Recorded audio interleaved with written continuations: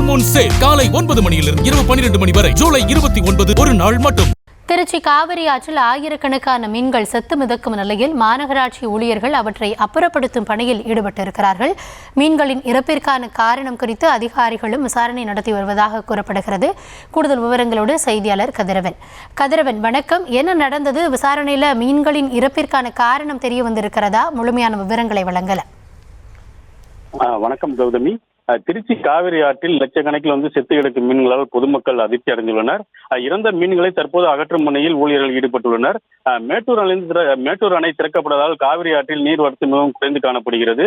குடிநீர் தேவைக்காக மட்டுமே அவ்வப்போது நீர் திறக்கப்பட்டு வருகிறது. அதனால் திருச்சி காவிரி ஆற்றில் ஆங்காங்கே குளம் போல் நீர் தேங்கியுள்ளது. இந்த நிலையில் கம்பரசம்பேட்டை தடுப்பணைக்கும் அம்மா மண்டபம் படித்துறைக்கும் இடையே தேங்கியுள்ள காவிரி நீரில் மீன்கள் செத்து மிதக்கின்றன. லட்சக்கணக்கான மீன்கள் அங்கு செத்து மிதப்பதால் அதிர்ச்சியை ஏற்படுத்தியுள்ளது.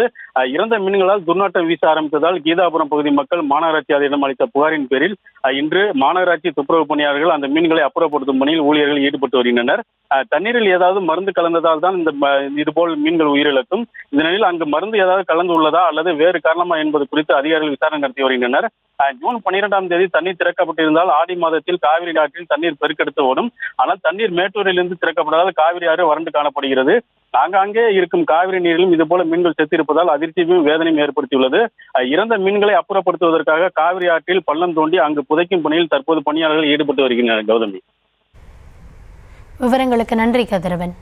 ஃபுல் மூன் சேல் காலை 9 மணியிலிருந்து இரவு 12 மணி வரை ஜூலை 29 ஒரு நாள் மட்டும்.